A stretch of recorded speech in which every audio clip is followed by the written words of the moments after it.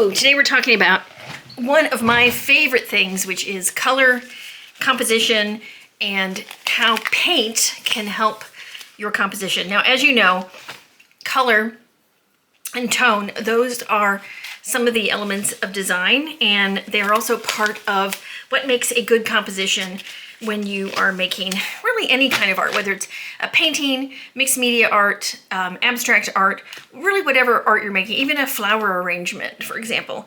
All of these principles of design can apply to all of that. And so today I'm going to focus on color and how I use paint and how you can use paint to make your composition better. Because after all, composition is the underlying foundation of all your work. And the best way to get your work to be better or to have it more cohesive is to work on your underlying composition.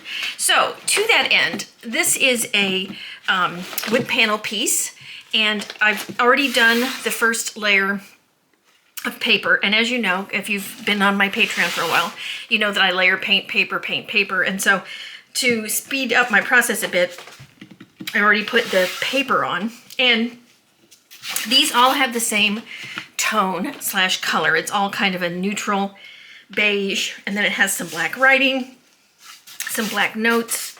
Most of this was sheet music. I think these were recipes from a recipe book I had. And one of the things I like to do, though, even though technically this is all a neutral and it's really could stand on its own, I really don't want these music notes necessarily to be showing. I don't mind the writing. So what I do, and this goes back to my Monday video, I'm going to use this up chalk paint, and I'm going to unify this whole thing by not covering it with paint, but applying paint in places where, you know, I think I need it. And so I, ahead of time, as you know, with my compositions, I make sure that everything is done in a grid pattern. So I have lines going this way and lines going that way. And so I'm going to do my paint the same way. So I am painting over these, and I want to paint over it enough that you can see some of the, you know, music notes through it, but you don't see all of it, because I want it to kind of be a mysterious, you know, undertone. So I'm just going to paint this here. So already I have started to unify. And then the other thing I want to do is I want to make sure there's a little bit of paint on each section. And so what I try to do is look for the corners of where these papers are coming together. And I try to, you know, it's kind of like in sewing. You know how like when you're doing a pattern and you have to sew the shoulder to the top of the blouse, and then you have to sew the waist on. And so you got to connect all those things. And so this is what I use paint for on my under pieces. And I just try to make sure everything has a little smidge of paint on it. And I don't really want Bolero showing, so I'm gonna go over that. I'm okay with this. I'm okay with the rest of this stuff. And so the other thing that I have done here, I don't know if you've noticed, but I have applied my paint in horizontal lines and vertical lines. So you have a vertical line here, you have a vertical line here, and here's my horizontal line. And I'm leaving both corners with no paint. So this corner here and this corner here, no paint. I'll kind of move this up a little bit so you can see. And then these two places here, no paint. And the last thing that I do before I finish with this part of it is I try to take some of the paint off. Now, I try to kill two birds with one stone. So I've got some leftover paper, and I'm just gonna lay this on top here, and I'm gonna pull up some of the paint that's underneath, because I feel like I got too much paint on there. Now, this does two things. It's gonna give me some more texture. I don't know if you can kind of see here. Let me go down a little bit further so you can see. As I'm pulling up that paint, it's giving me a textured look. So let me show you here, for example. Here's a spot. I'm gonna pull this up, and well, not so much on that one, but it does kind of give like a little, you're revealing areas underneath. And so I will do that with the extra paint pieces that I have, or the extra paper pieces that I have. And so there we go. And I'm going to pull you back up again so you can see. All right, and then I have two pieces that are ready to go.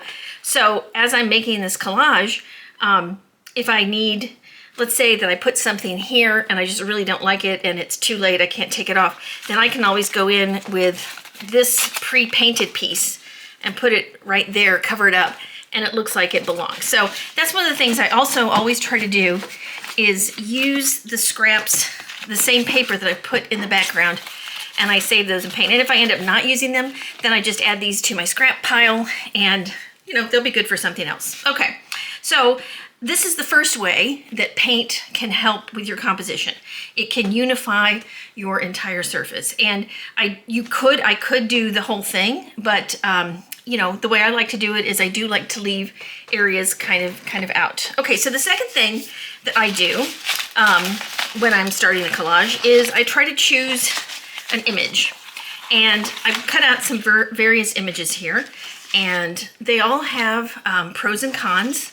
Most of these all came from the same knitting pattern book, but they all have different color shawls or sweaters or something. So all of these meet my criteria, which is I want to have a central figure here. And now it's just a matter of choosing essentially which color I want to use. Now, personally, I love red. I think red looks great there. I've been doing a lot of yellows recently, so that might look good.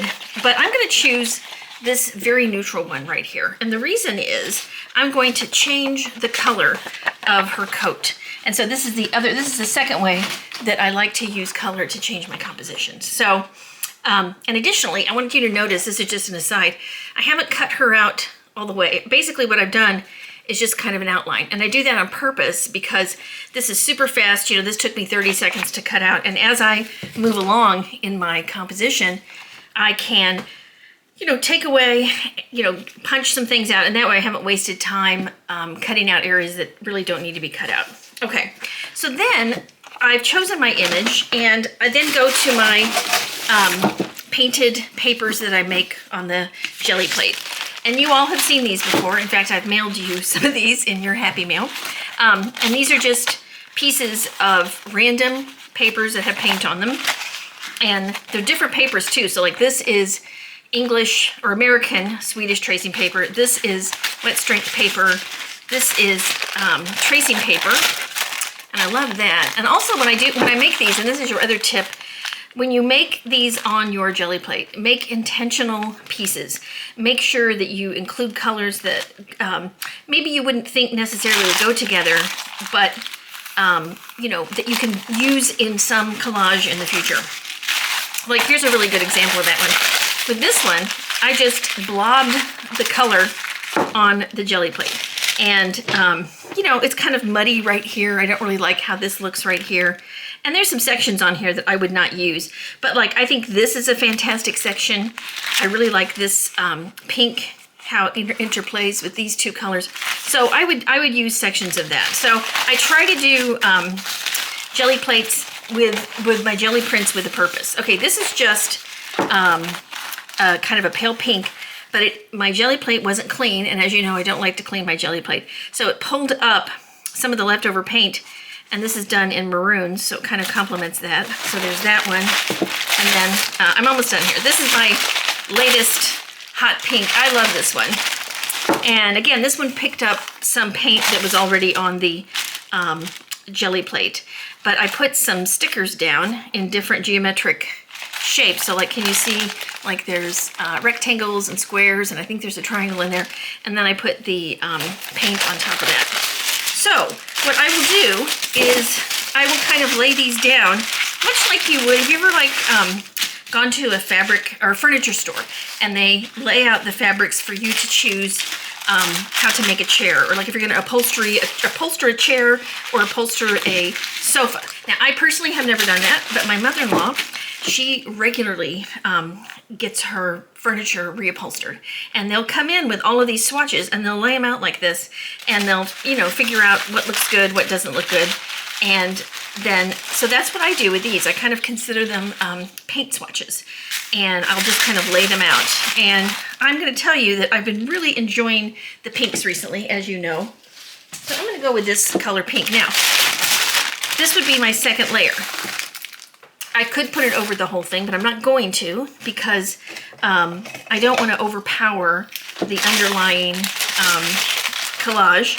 And I think when you use a very bright color like a pink or an orange or, you know, like a very vibrant green, that unless your intention is for the whole thing to be that color, you should just reserve these for kind of a section of your collage. So knowing that we're going to use her, and I'm probably going to put her more over this way because you remember we have to keep up the third rule.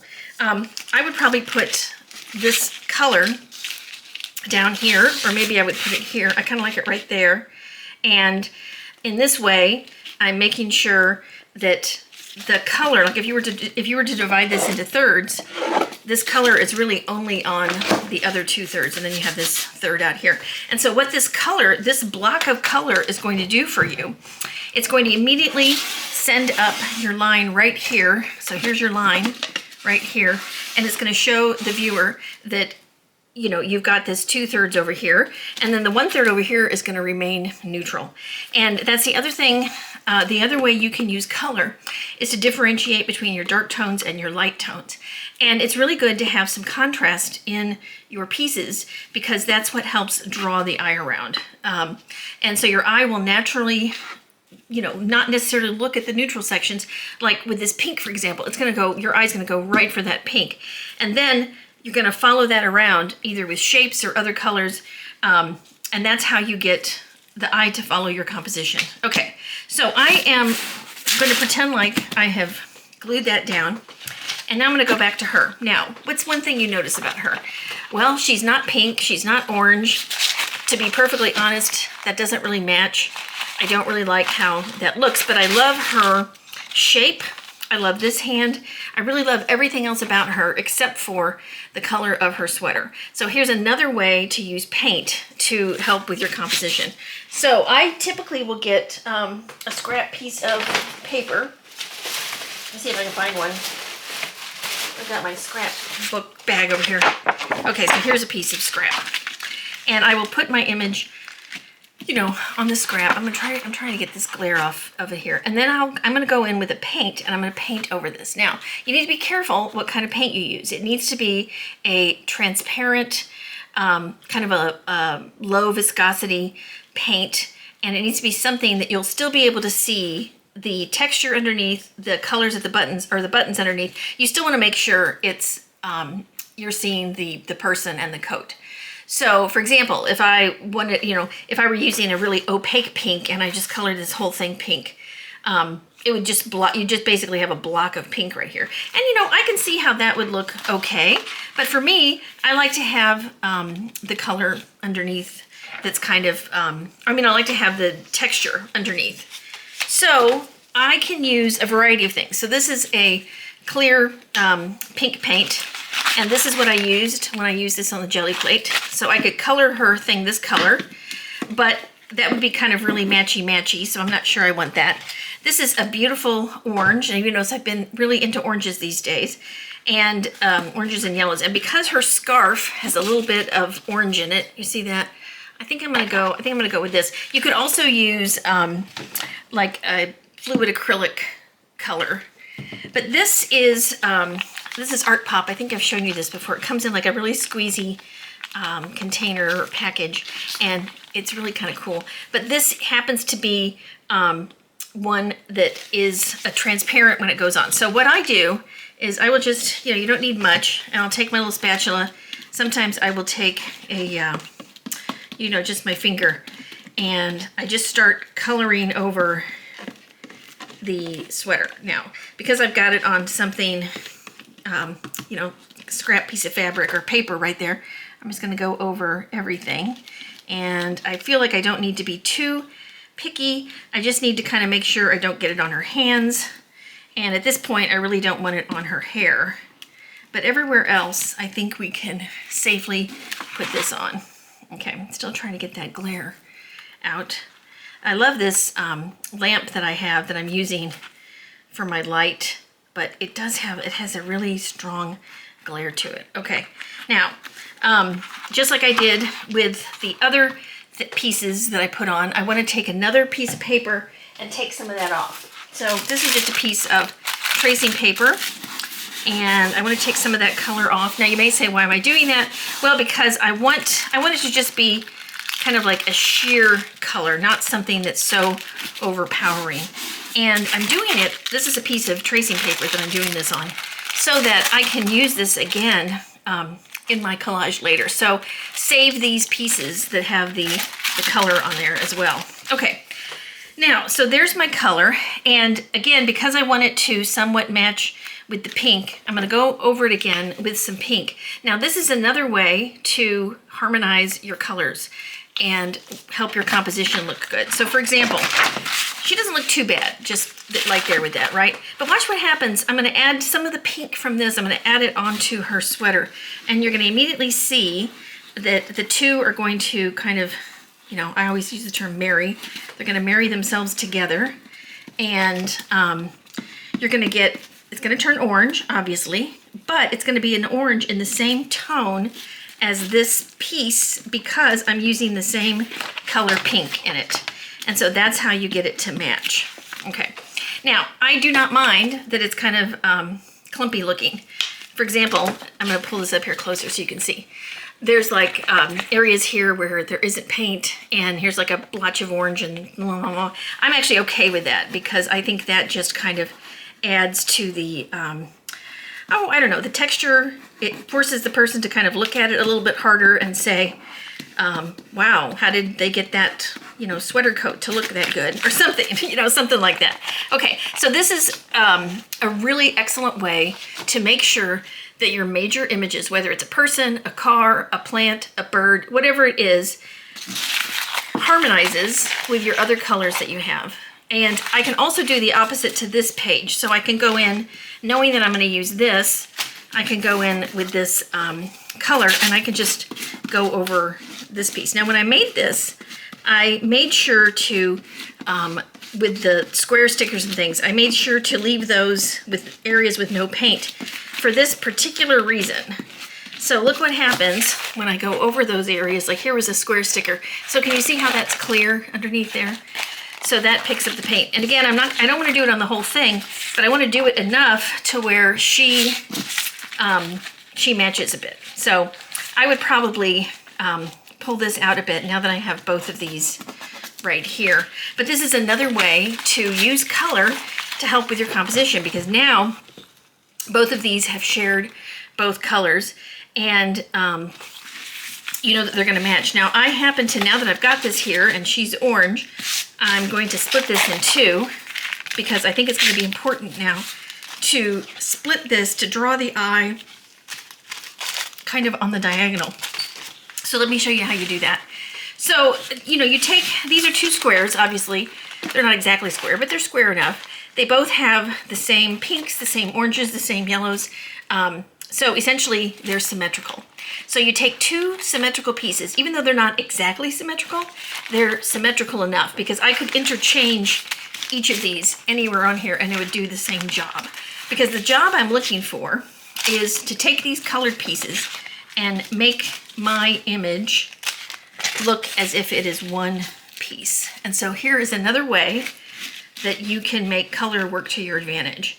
So now you've taken that piece that you have, you've cut it in two, and immediately she's on the diagonal and you're looking at something that looks like a cohesive piece of one. Now, let me also show you something else here. This sits really right in the middle of your, you know, third, a third, a third. So like here's your third right here. So this is a third, she's a third, and this is a third. And so if you look at this, this color takes up this much, she takes up a little bit more, and this color takes up that much. So that's why it's balanced and symmetric. And that is a really quick and easy way to do that. Now, so for example, if I took that out, just left those there, this is also balanced. And honestly, I could probably put anything in the middle there and it would work at this point. Like let's say that I wanted to put this, if I wanted this flashcard to be my centerpiece. You see how those colors, because the colors are now symmetric, and diagonal balanced, it immediately balances out your piece.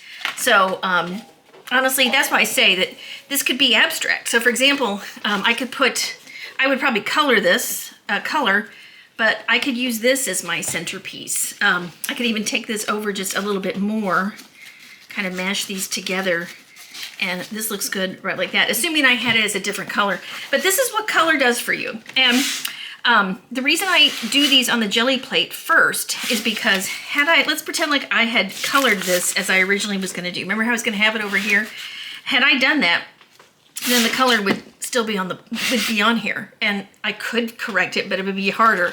Having it on the transparent paper that I made on the jelly plate allows me to manipulate and move this. Okay, and so now everything is balanced and symmetrical. And the other thing I want you to notice, let's go back to where this paint was. So you have a swatch of paint here, swatch of paint here. So now we're balanced here, and then we have our unpainted neutrals this way. So we're balancing her out at lots of different levels. Okay, so this is a really good way to use your paint colors. Now I'm gonna do this one more time. This time I'm gonna tear them this way, and now I'm gonna make 4 pieces. Now, one thing I wanna say about this, and you can do this or not do this, I like to have my pieces as janky as possible. So like technically this is not a rectangle, but if you look at it, it could be a rectangle. Same with this. So I'm gonna use these as if these are all rectangles, even though technically they're not.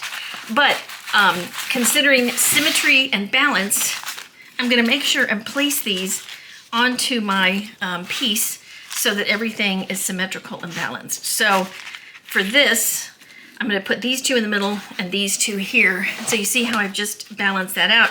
And then I could also put her here, and she's still balanced because we have, we have our 2 pieces here that balance and 2 pieces here. Now I personally don't like that as much as I like this. I still think this looks better. But it's just up to you, and that's where personal choice comes in. Okay, so let's pretend like I'm just using these 2 pieces and I've got her in the middle.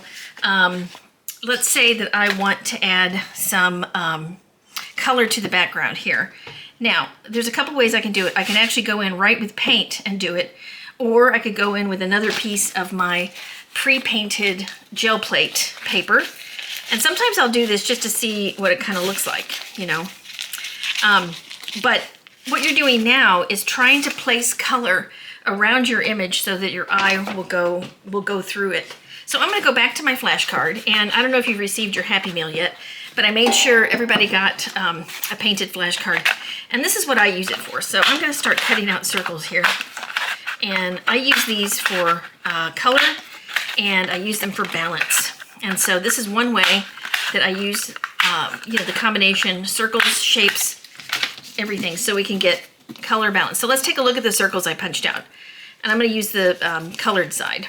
Okay, so here are the circles. Some have more paint than others.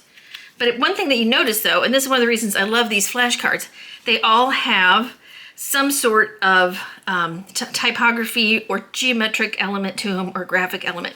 So like this one is really fantastic. It has the right corner, just a right angle corner piece. This one, it looks like the number 5. This one looks like 12, 1. This one looks like a 2. And then this one right here is also a very nice piece. So these pieces, because they're both a combination color and they have some movement on them, and your movement is the graphic or the typographical elements, this is what you're going to use to then enhance this color. So again, now keeping in mind your balance, I'm going to just start kind of putting these around.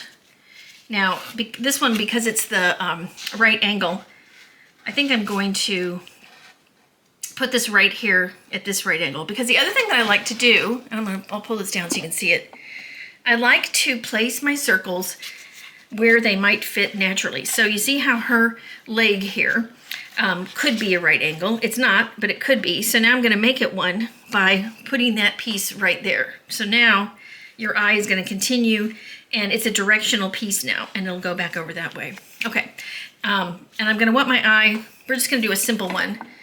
I'm wanting my eye to circle her, just wanting to go around. So now I take, so this is pointing me in this direction. So now I'm going to take, I'll take this one because this one is going up.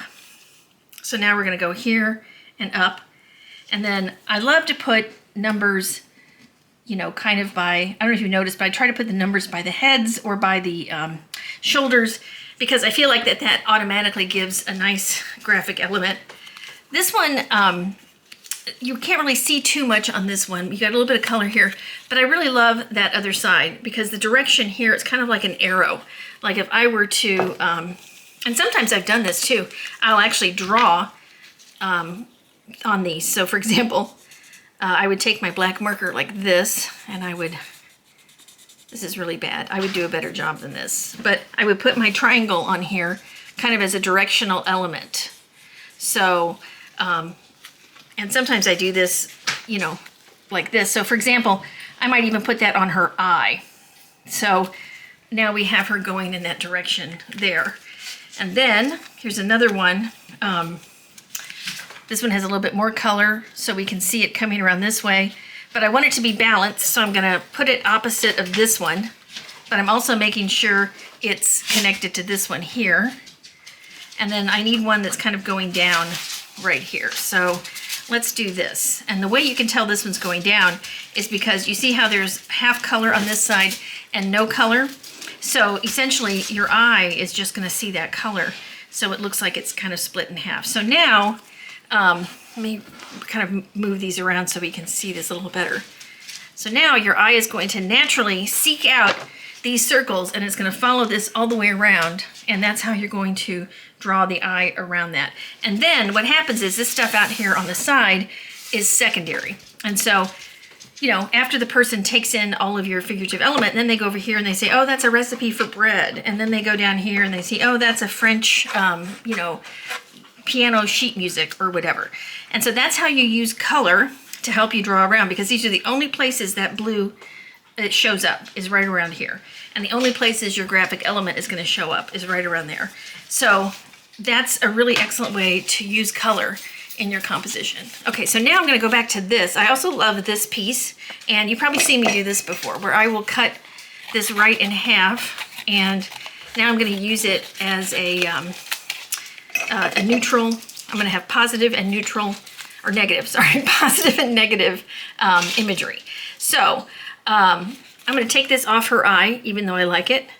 And now I'm going to go back, and instead of that, I'm going to put this right over the top of her face. And I'm going to put it like this, I think, because I always try to highlight something on her eye. So now you can see we still have our color going all the way around, but now we have this in here too. And probably what I would do is I would cut it off right here, because you see how there's an automatic right triangle right there just built in for us.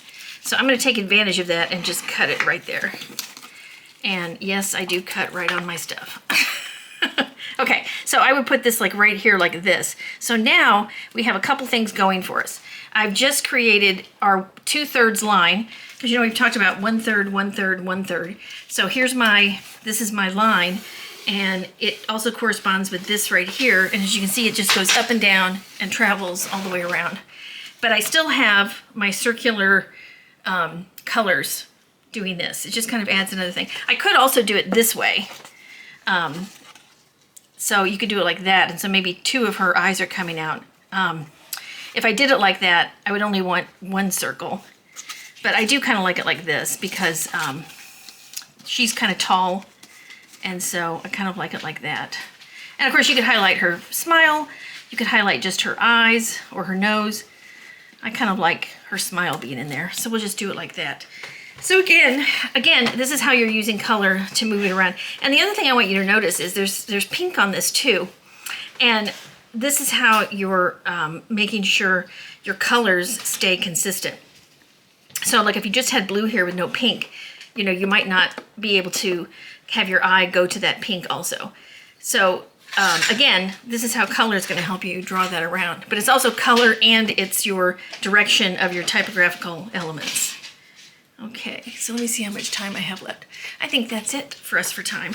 So I'm gonna try to get the glare off this and show you how she looks. And also notice that I didn't glue anything down yet because, you know, I'm still playing around with this. And if this were an actual collage that I was gonna be making, I would kind of take a mental note of everything. I would take all of this off, and then knowing, again, I would go back to my original colors, and I would probably paint in with some yellow, maybe paint in with some pink, and try to get those colors looking a little bit more. Oh, and one thing I do want to show you, I meant to show you this. If I can find it here.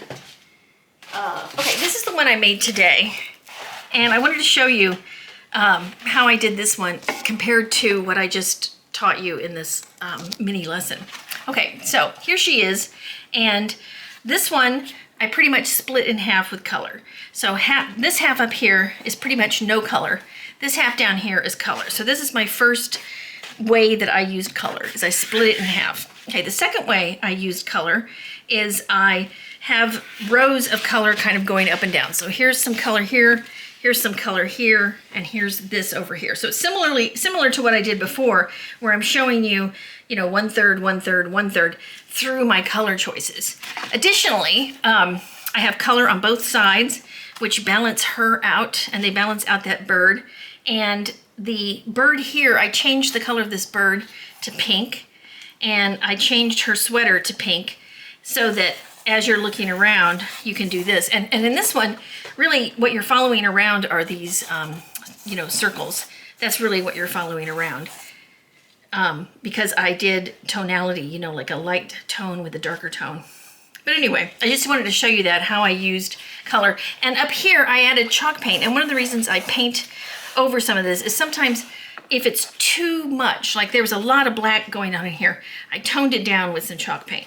So, and same here, I just toned this down. Also, I use paint to show movement. So this paint is all going in this direction, and similarly to the bird, I wanted all of the direction to kind of go that way. So it's another good way to show movement. Okay, so now this is really it. All right, I will see you in our next video, and I hope that you kind of look at paint now in a different way. Okay, bye.